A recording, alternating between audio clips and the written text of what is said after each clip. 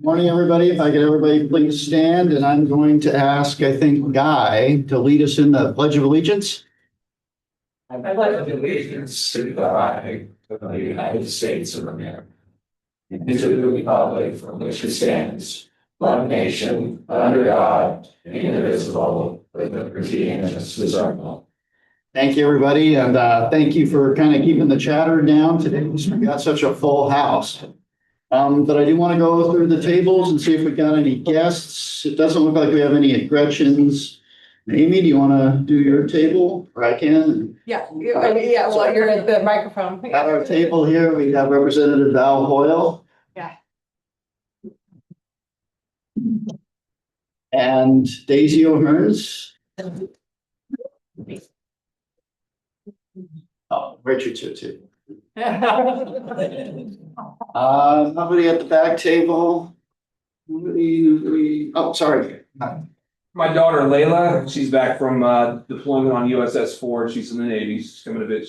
One more day, she'll be with us. So. Thank you for all your service, but that everybody here. So for the people online who couldn't hear Aaron, that's Aaron's daughter, Layla, back for a couple weeks. She's here for another day. Oh, But she's been here for a week or so. A little bit of time to enjoy the weather. Mark, do you have somebody? We have our honorary member, Sandy Rimagoon. And I really shortly want to remind everybody, I know most people know that Olivia is having her bake sale / jarred preserves and stuff. So I'm going to give Olivia a couple minutes here just to say what she's got left. Yeah, push up. So I have a few oatmeal chocolate chip cookies left. I have applesauce, apple pie filling, apple butter, and then blackberry barbecue sauce, and I also have bananas. All right. And Olivia, do you want to tell them what it's for too? This is a fundraiser for my trip when I go to Italy for my exchange. So Olivia's raising money for it because when she's there, believe it or not, there's lots of cool places to go in Italy. So while she's there, she'd like to be able to travel around a little bit. So if you can pay in cash up there, what you feel like the appropriate amount is, or if you want to charge it to your account, we'll get the money to Olivia.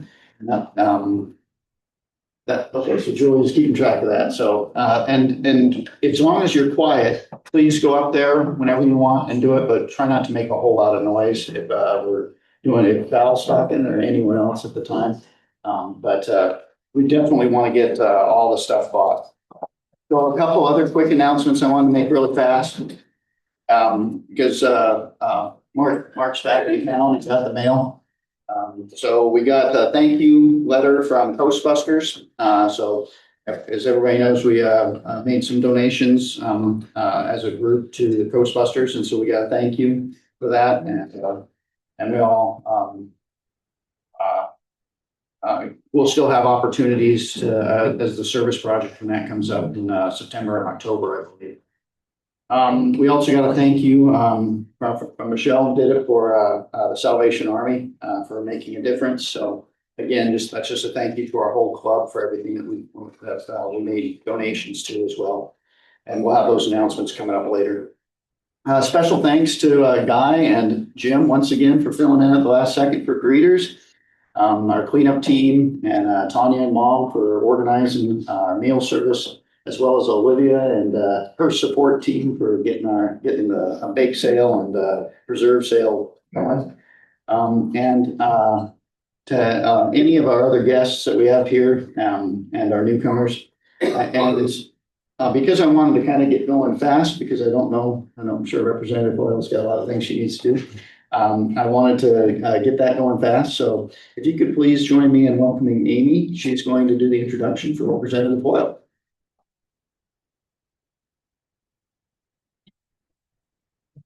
First of all, I want to give a quick shout out to Miss Daisy O'Hearn because she helped organize this.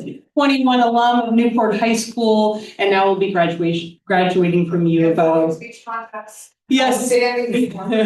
For her way speech contest and all the things that she did while she was here. So, and she happens to be daughter and one of my daughter's good friends. So, but without further ado, the people of the 4th District know that Congresswoman Hoyle is here to listen, to serve, and to advocate for the people of the 4th District, no matter who they are. Her offices are always open to help, whatever the issue may be. She would like to encourage everyone, oh, I'm sorry, I started too soon because I zoomed in so that I could see it. Sorry, I'm gonna start over. The Congresswoman is on the House Committee on Transportation and Infrastructure and the House Committee on Natural Resources, where she currently serves as the ranking member on the Subcommittee on Water, Wildlife, and Fisheries. The people of the 4th District know that Congresswoman Hoyle is here to listen, to serve, and to advocate for the people of the 4th District, no matter who they are. Her offices are always open to help you, whatever the issue may be, and she would also like to encourage everyone to sign up for her upcoming June 8th wildfire-focused teletown hall with Oregon State Fire Marshal Mariana Ruiz Temple. Please sign up for email updates at hoy.house.gov to receive the RSVP link. Please join me in welcoming Congressman Val Hoyle. Thank you.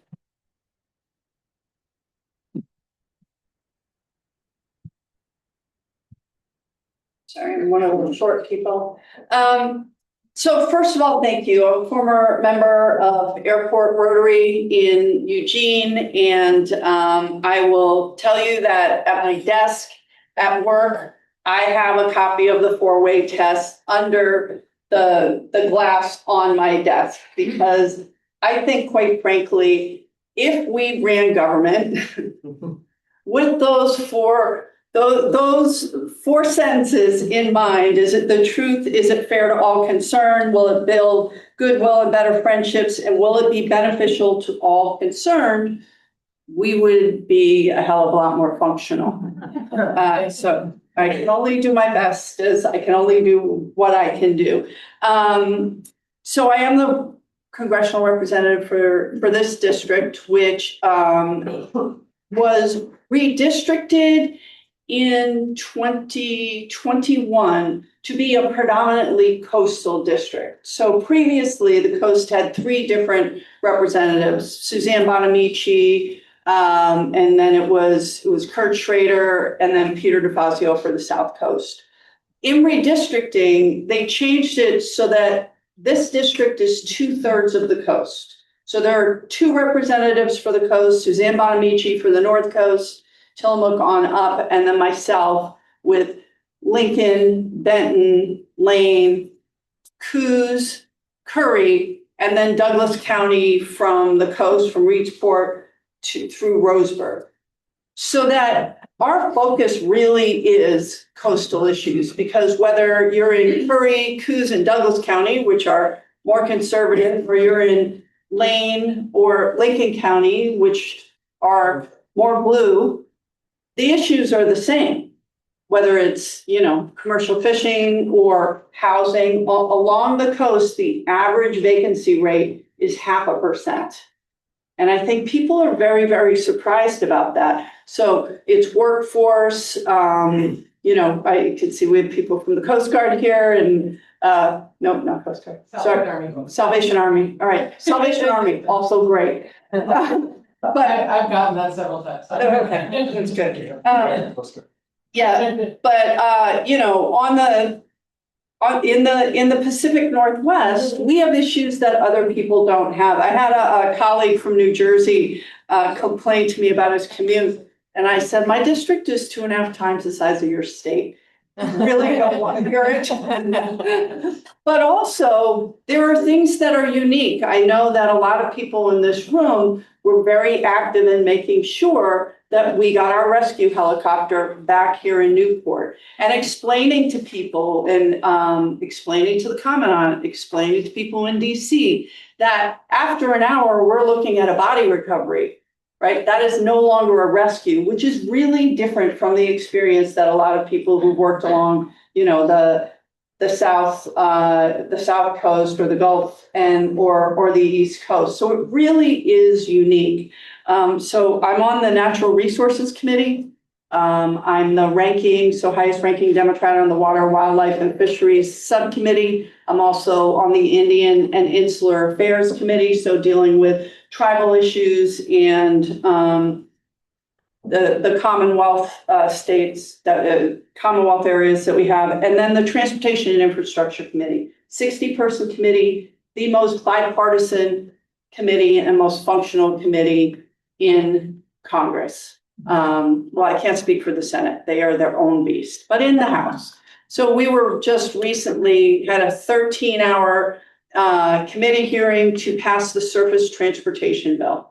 Now, Republicans are in control of the House, the Senate, and the presidency. So of course, we're not going to get everything that we want, but what we were able to do was to pass a surface transportation bill in a way that looked at the fact that roads and bridges and infrastructure isn't partisan.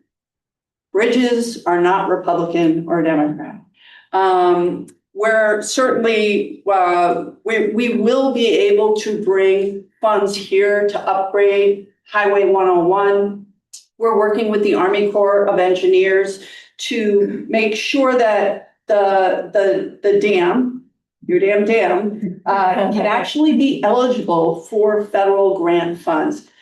We have made it abundantly clear that this is not something that can wait, that earthen dam will come down in even a small earthquake, and that's a problem for all of Newport, especially if it's in the summer.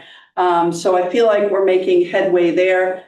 Also, some of the things that we're able to do is with what's called community project funding. Some people call them earmarks, but basically it's saying that your taxpayer dollars should come back to your community to do the things that your community thinks are important. What is important for Eugene and Corvallis is very different than what's important for Newport or for Reedsport or for Brookings, right?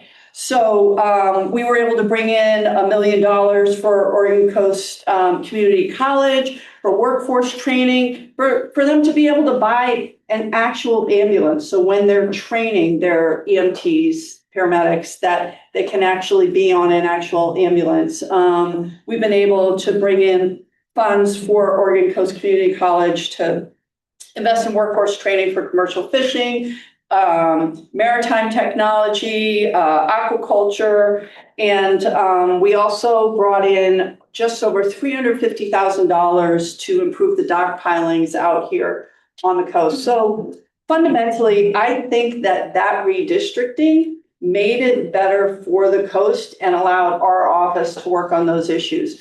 We also have staff like Daisy who every day deal with constituents, and we don't ask who you voted for, where you're from, but we help people deal with federal agencies. For instance, Social Security, we have people whose spouses die and they get caught up in the system where they need to get their benefits.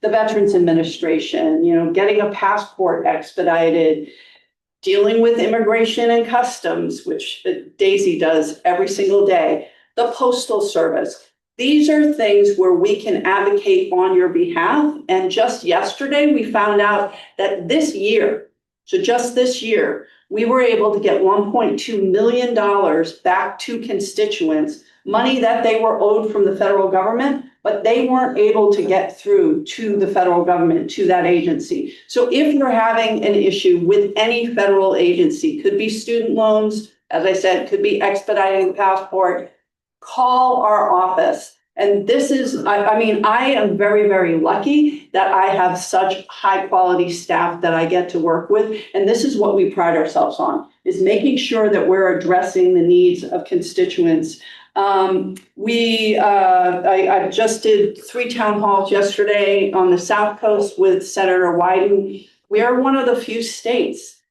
where our senators actually do in-person town halls in every county, and they usually invite us to join them. And I think it's important. I think that we need to show up to have conversations with people. I am lucky in that my district is one of the few left where you can't get elected with just Democrats or Republicans. 45% of the voters are not Democrat or Republican.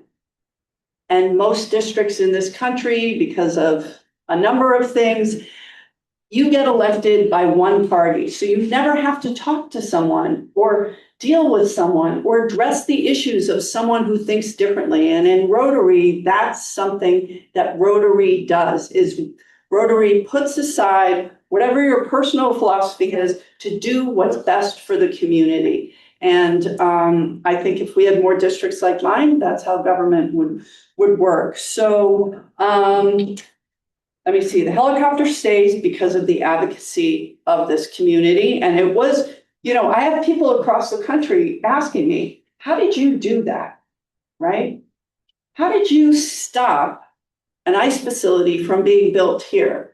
And because that would have been devastating. It would have been 200 hotel rooms that would be taken up all year at $69 a night. That's the government rate. We would have lost our helicopter, which right before crabbing season, and over 300 ships going out. And those would have been lives lost. And I said, well, what happened was the community got together. It was everyone in the community, from, business to immigration advocates to fishermen's wives. I do explain that you do not want to go up against the fishermen's wives. That's not a thing. That's not a thing that you should want to happen. And we were able to make the argument that for the coast and for this place, this is what we need. And you were successful. And it really was. I think they thought, this is a community of 10,000 people. What could possibly happen? What are they going to do? Well, what we did was said the best interest of our community is to make sure that we invest in our Coast Guard, that we have our rescue helicopter, and that we focus on what's in the best interest of the coast and of Newport. With that, I could talk about a lot of different things, but I prefer to answer any questions that you have. And I just want to thank you because I have a deep appreciation for Rotary. It's, it's in my heart and on my desk. Anybody?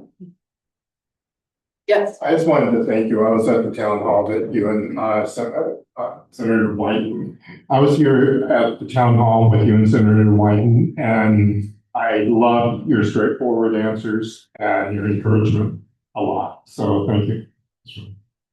Thanks. I grew up on the East Coast. I grew up in New Hampshire. That is the other state without a sales tax. They also don't have an income tax. It's a whole thing. I grew up, and my father's a firefighter from Brooklyn, and grew up in union halls and fire stations with him a lot. And he is a very direct person. And so that is my style. I think that it's just easier to say what you think. You ask a question, you should get an answer. Because people use a lot of words, but they don't say anything. And I find that really frustrating. So I'm glad you appreciate that. Not everybody does. I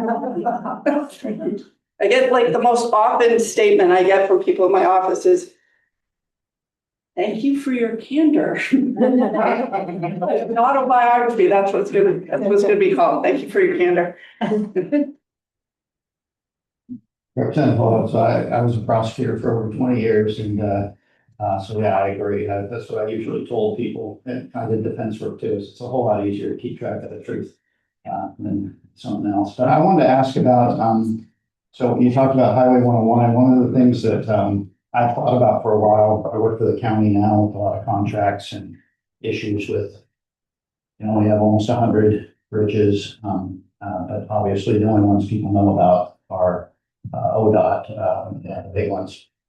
But have you heard anything where they considered the difference in cost, but also the difference in cost of materials now of trying to do tunnels under some of our waterways instead of above ground bridges? So, no. We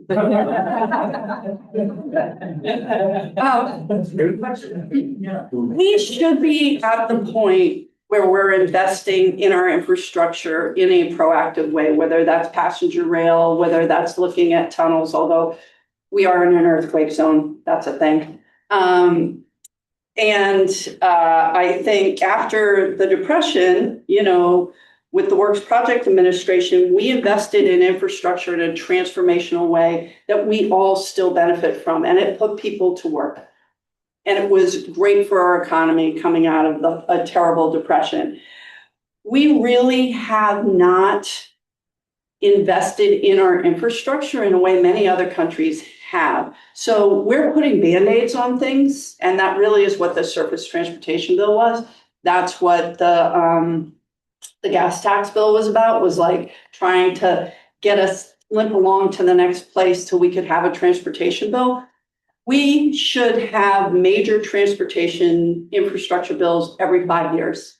We had the bipartisan infrastructure bill that Peter DeFazio, my predecessor, moved forward. It was the largest investment in infrastructure and moving to green energy ever in the history of our country. Right, we have to look at, what materials should we be using? How do we get that cost benefit analysis? But right now, what we're doing is we're fixing what we have. I will also say, and I've said this to my my state legislative colleagues, which, by the way, you have David Gomberg, and he is phenomenal. He is truly, truly phenomenal and highly effective. But the legislature whiffed it on putting together a transportation package. They didn't do what they needed to do, and they left it too late. And getting a bipartisan spending bill is difficult at the best of times, especially with the political climate that we have now. But I worked, then Governor Tina Kotek was the speaker, and my chief of staff, Carmen Ford, on getting a transportation bill passed through the legislature. And it took over a year to build up all the terms of that agreement so that we could actually get it passed. And the 6% gas tax, it wouldn't have been a lot, but it also wasn't enough. And so I know the governor, the speaker of the House, the Senate president, the Republican leaders are committed to work together going forward, but we're going to have to work together. Transportation and infrastructure shouldn't be partisan, and we need to do more. That is a very long way of saying we're doing Band-Aids on what we have. We are not actually looking at moving forward on other things that we should. I had one other question. Sure. But it's kind of in the same line. I'll keep the answer shorter. I know that it's not necessarily federal, but it comes up in my mind because of how much money that the federal government threw at broadband during COVID and ARPA. Obviously to get access and stuff out there. But the other side of the infrastructure is a lot of what I have seen that keeps us from getting new housing developments or to address some of the housing issues is the developers, if they're going to have to extend sewer lines and power and plumbing water lines themselves, then they're only going to build $1 million houses. If the cities don't do it and they can't afford to or whatever, build another sewer treatment facility like Walport would need another one if they were really going to expand. I see it as going to probably have to be a bigger government picture of the state or the feds. Do you think there's any chance of them addressing an issue that big like they did with COVID, the ARPA funds, and saying we might try to have money available to extend services? So one of the things that we were able to do, our office was able to do, was bring $2.1 million into Newport for infrastructure upgrades. So that's dredging and then also sewer and water. Like small communities where you have 10,000 people and 40,000 when tourism season comes in, like it's too much money for this community to actually pay for the kind of water and sewer upgrades. And sometimes you get cities like this or some others that are just slightly too large to get some of the rural infrastructure grants. I personally think broadband is a necessity and have been working with the rural electric co-ops on how do we approach this the same way we did rural electrification. Like I live 3 miles outside of Springfield and we got high-speed internet in December of 2019, right in time for COVID. So that was lucky. But on the other side of the sort of Marcola, they still don't have it. That's 3 miles outside of Springfield, never mind up and down the coast, right? So this is a major issue that we have to deal with, where the federal government can come in. And I do think that localities in the state should be focusing on how to give an incentive for workforce housing, for middle-income housing. We need low-income housing. We also need middle-income housing. Again, you know what your vacancy rate is. So we've been able to get grants for that. We've been able to get tax credits for building middle-income workforce housing and low-income housing, working with Senator Wyden on that. And then money from the federal government to invest in water and sewer infrastructure upgrades. Every single place along the coast, I don't care where it is, needs that kind of infrastructure. And that's where I think the federal government should step up and bring your taxpayer dollars back to do that work. It's important, it's critical. And again, we're working with rural electric co-ops on the broadband piece to expand broadband. And, you know, it's complicated, but we are working on it. 2 questions, they're real quick. Yeah. One is our bridge. Students from Oregon State come and study, the engineers study it, and they say it's one of the worst bridges that we have on the coast. Yes. So if we have an earthquake, we can't get to the airport. You can, if you go through my property, you can go around it. Now, everybody should be friendly to her in case we have to go through her property. So that needs to really look just like the dam. That's very important. No one talks about it, our Yeah. bridge at Newport. And the next thing is the IP-28. What do you think of that? It will affect our fishermen. It will, have you heard of IP-28? Oh my gosh, have I heard of it? Okay, it will hurt. Tell them in ice cream, you couldn't have No, them. it's ridiculous. It is extreme. And the people gathering signatures. So for people who don't know what IP-28 is, it would make it illegal to kill any animal except in self-defense. Any animal, which kills our commercial fishing industry. It, no lie, makes it a felony sex crime to artificially inseminate a cow. What? That's insane. I mean, there's no other word for it. But the signature gatherers are asking people, do you want to help, save animals? And people are signing this. So I'm actually working with the Oregon Hunters Association, and we'll be putting a ballot measure argument in the voters pamphlet statement against it. It will fail. I love the fact that we have a ballot measure process that allows people to get ballot measures, to the people. Also, sometimes we get too many of them, and some of them are, groups that are very focused on their one thing, but not the best interest, isn't fair or beneficial to all concerned. So Thank you. it's I tell ridiculous. Because where I live, I have rodents. And I ask people, will you come visit me in jail? Yeah. That's right. Look, what I've said is a lot of people in my district, right? They hunt for food, right? Like, I fish, I hunt. I think you get an appreciation for where your food comes from. And to take that away is dumb. Like, it's not like the food fairy just shows up and waves a magic wand and then puts like meat and fish on the shelves at the Whole Foods. That's not how that works. So I think that we'll be able to defeat it, and I hope we can defeat it by a wide margin. And it's annoying that people have to spend time on it. It's a wildly extremist bill. No offense to the vegans in the room. You want to be a vegan, but that's your personal choice. Yeah, I live in the Logsdon Valley. We've had kind of a dry winter, and it's gonna be a dry summer. We're one of the few communities in Oregon that is a Firewise district. Are you familiar with that? No.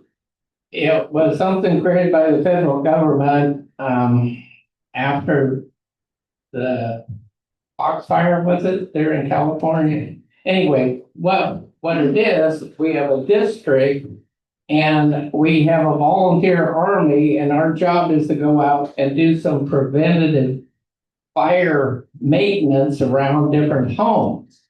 But they give you absolutely no money to do this with.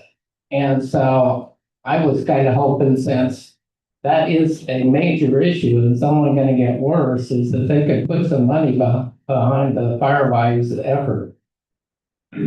That is a great idea. And one of the things that we're working on, with all the cuts to the federal workforce, we are in a position where we have more things to burn in our forests. We have much hotter and drier conditions. We're at a 5% snowpack rate.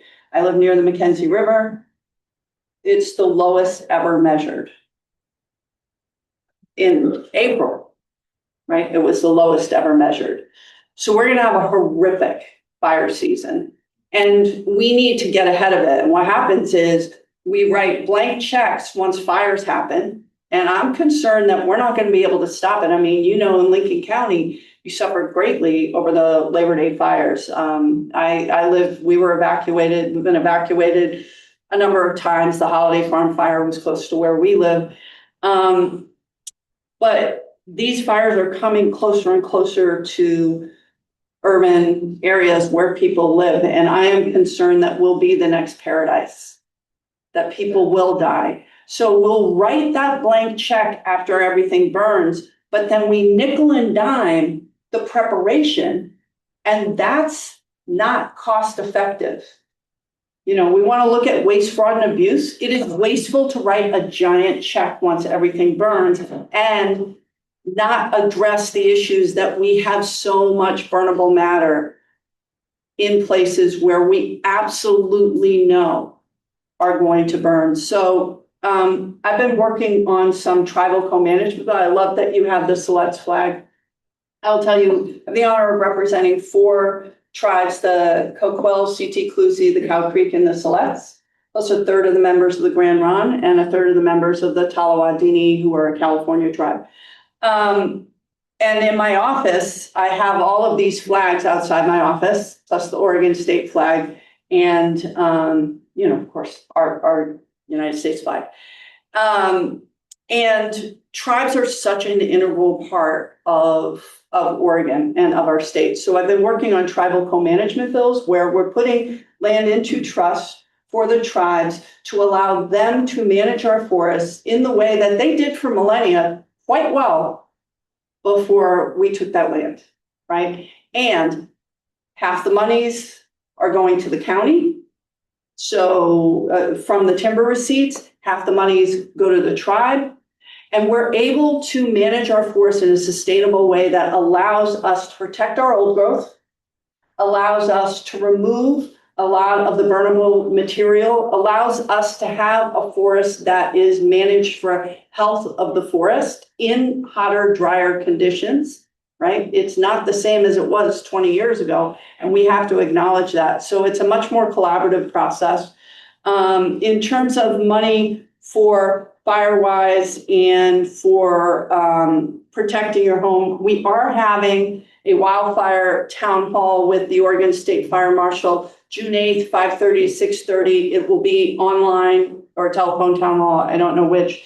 Follow our social media and our email list so we can talk about what resources are there. But you're right, we should be investing now, and that is something I've talked to Jeff Merkley about, Ron Wyden about, in how do we put the money in upfront so that we're not only paying out more money, I mean, hundreds of millions of dollars, billions of dollars, we look at some of the California fires, but we're gonna lose lives. People will die.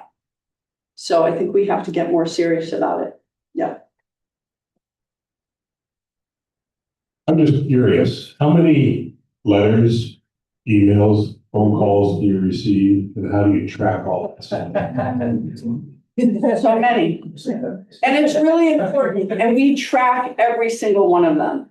So I get a weekly report from my staff where they talk about what they've done for the week, because we have a DC office and an Oregon office, and unlike my East Coast colleagues, we're pretty far apart. So we want to make sure everyone knows what everyone's doing. And then there is a list of how many phone calls came in, what those phone calls were about, how many letters come in, what those letters were about, how many. A lot of them can be put into different buckets. And we all on staff and myself get that report every single week.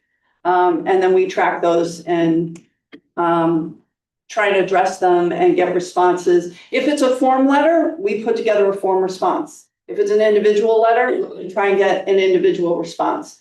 And sometimes if people call and write the same thing over and over and over and over again, they may not get the same response because we've already given them a response. But I see that every single week, and it's critical and important to know what everyone's thinking. So when you think, should I call my congressperson? She already agrees with me.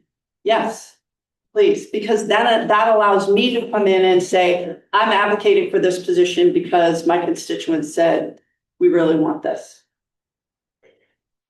Are we good? Oh, okay. Oh yeah, okay. Thank you so much. Thank you so much for coming here today, and thank you for loving our college as much as we do. You've been a great advocate. I want to know, when you're not touring the state, doing your work, what do you do for fun? Yeah, it's been a long time since that's happened, but we have a brand new grandson. I have a almost 3-year-old grandson and a brand new grandson. My kids live up in Portland because that's where the jobs are. This is why I'm working on economic development down here. I want my kids to move back. I want kids not to have to leave because they can't find a home, they can't find a job. That is my #1 focus. So that I like to cook. I'm also married to a chef, which is awesome. And then I really like fishing. Love fishing. So anyway, that's but I went to community college. I went to Bunker Hill Community College. If anyone's watched Good Will Hunting, it's highly, it's prominent in that movie, both my old neighborhood and the college. And without community college and the TRIO program, which is a program for first-generation college students, and the Pell Grant, I would not be in Congress. I wouldn't have graduated. I wouldn't have gone to a 4-year college. And those are programs that are under attack, but they are such good value for the money. So I'm a big fan of your college because I'm a huge community college fan. Community college. Oh, have you? It's fantastic. That's great. Thank you. Thank you.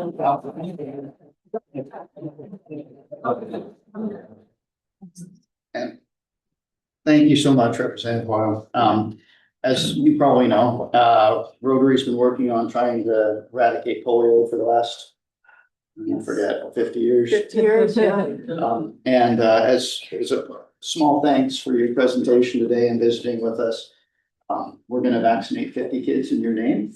Great. And I also have a little souvenir from us, because one of the things that Mark has done is got us an actual postmark for our club. So that's that is fantastic. Thank you so much. I will say my sister-in-law had polio. My husband was born in Zambia, grew up in Southern Africa and Trinidad, and she had polio as a child. And it is so very important that we fight misinformation. And this is a terrible disease. And I hope, the work that Rotary does will keep us from having kids having to suffer from that again and die. we're getting there. Thank you. Sure. You can do a freeze frame on Katie. I wanted to do some quick announcements, and I don't know if, Amy, if you want to talk about tomorrow. Yeah. Grand opening. Yes, we have a lot of things going on. And you can just. Okay. You're close. All right. Thompson Sanitary has a couple things going on this weekend. Tomorrow is a ribbon cutting at 3 o'clock at our Newport Recycling Center at our office. We have expanded it. Come and see all the new things that you can drop off at our depot.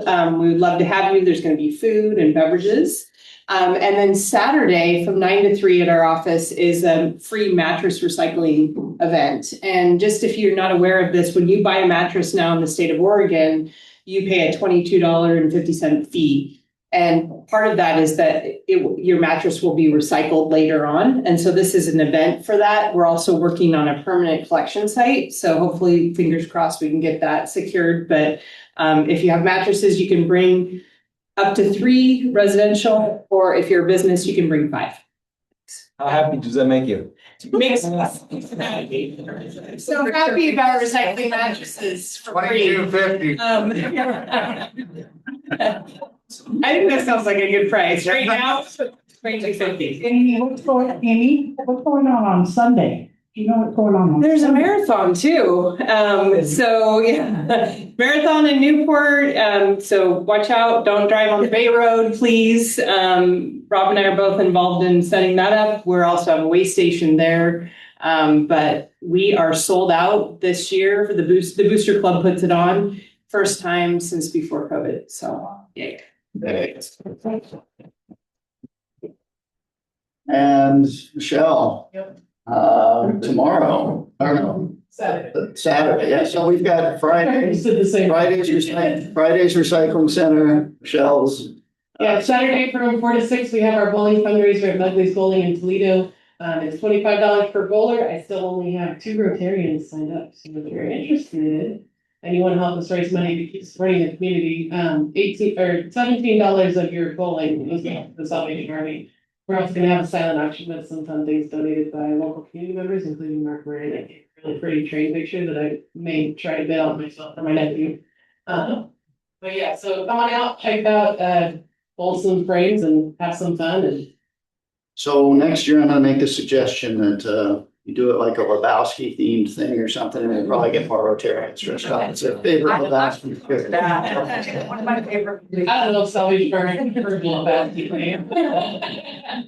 But we also then on Monday, June 1st, we're going to be taking donuts to all of our first responder stations and our Coast Guard in honor of National Donut Day, which is next Friday, June 5th. We're doing it early because a lot of the stations aren't manned on Fridays or are closed to the public on Fridays. So lots of donuts coming up. Yeah. So busy weekend, everybody. Again, the marathon's Sunday. It will start at 6 a.m. down on Nye Beach. But it'll end up, as Amy said, down the Bay Road in the later morning, early afternoon. There'll still be people, and there'll be people probably walking until probably 2 or 3, I would guess. Usually noon is. Noon is when it was still walking from last year. it seems like it. It starts at the bridge. It starts at the lighthouse. State Park. Yeah. Yeah. At the lighthouse, it'll go down to Nye Beach and then come back the same way and then down all the way out. How many runners? Over 1,000. 1,200, yeah. Wow. And Yeah. I mean, if it's the same as the numbers were a few years ago, it's like almost, it's like a high 80% from out of county. Yeah. So it's Also, a lot of people. You can also qualify for the Boston Marathon as well. You say you, I'm not running. But if you want to, spread out in haze, I bet Rob's running. Rob Weinhardt, I'm sorry, Rob Thompson. Rob Wiener, yeah, a Rotarian, yeah. Why not Rob Thompson? Yeah, I am. I'll be down on Night Beach helping with those intersections because they get done by 8:30. So after that, the next weekend, there'll be a whole bunch of graduation activities, all that next week. And NHS graduation on June 6th. Then I wanted to leave a little bit of time here for Tanya. I know she's brought up and she's passed around the sign up for our banquet. It's going around right now. Okay, so Wednesday, the 24th, and again, Tony, I'll get numbers. I'm sorry, I just haven't got mine yet, but I'll figure out how many I'm gonna get. But so try to get signed up for that so she can get the numbers because it really helps with getting it organized and getting enough food ordered and all that stuff. Any other announcements? We'll still got a little bit of time. Anything else coming up? Wow, great. So remember, hopefully Olivia can stick around for a little bit at the end of the meeting and try to get whatever else is still you can get up there. And with that, I'll hand it over to Julia for our membership incentive. Today's member incentive is Stephanie Curtis, and she is not here, and so next week it will be $15. This week's social media winner is Gretchen Hafner. And real quick, while John is pulling up the 50/50 wheel, if you would like to give Olivia money, but you do not have cash, I once again am taking note of people's names so we can charge you for however much you would like to donate. Yeah. I'll be hanging out over there with her. Yeah, we're gonna do that at the end of 50/50 if people want to do any kind of announcements for that. Awesome. All right, this week's 50/50 is worth $75 to the winner.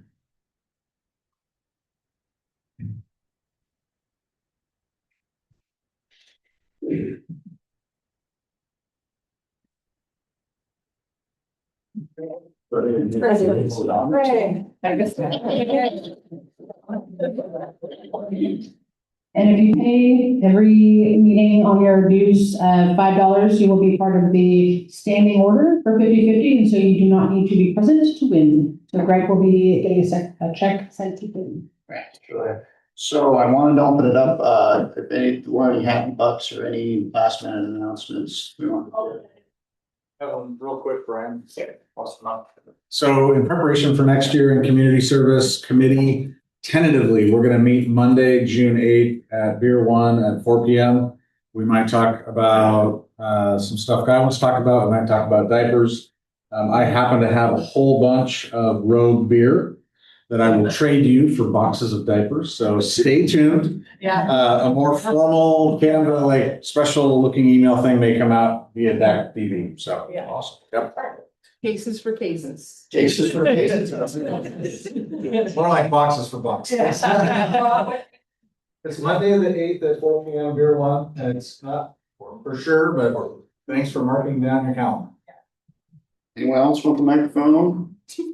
Yeah. Oh, thanks, Keith. It's on. Well, as everybody can tell, I've had a pretty interesting few years. But yesterday, I made it to 3/4 of a century, so $75 for making it 75 years.